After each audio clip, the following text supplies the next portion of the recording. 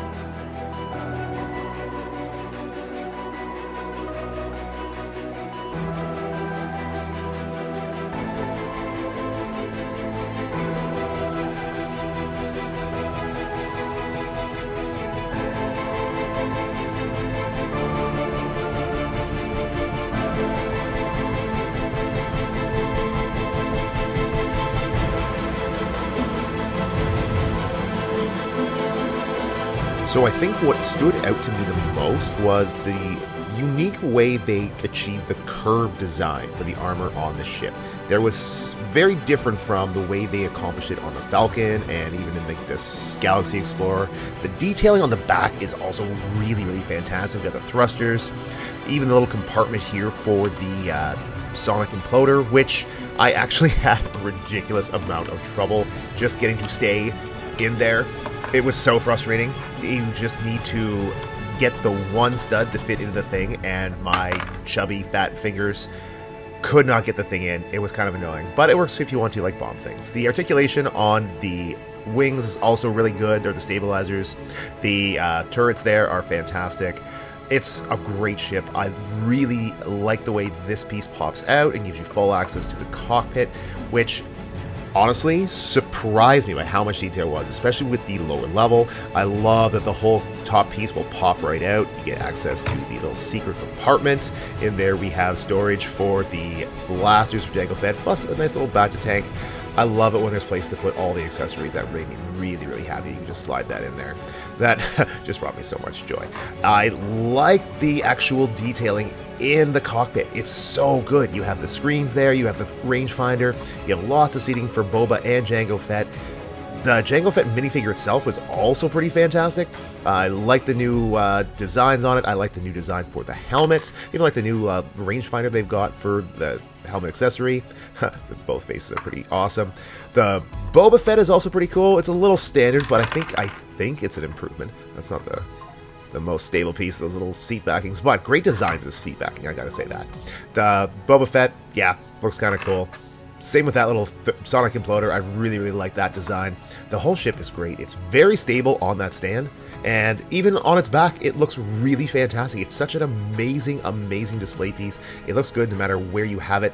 The details on it are just absolutely fantastic, and of course, this thing opens and closes. I really like that. Some good little play features. Not a lot of play features, but still some pretty surprisingly good ones. Overall, it is a beautiful ship. It is a great display piece. It was a lot of fun to build, 6.5 hours to build. It's very stable on its stand, looks just fantastic next to the Boba Fett Slave 1, or the Starship, or the Firespray, whatever you want to call it. They look fantastic together. Oh man, look at that. So, if this is the first time you have ever watched a video ever on the internet, please be sure to like and subscribe to help support the channel and blah blah blah. I don't know, that's what all the cool kids seem to say on here. Anyway, it'd be pretty rock and roll if you did.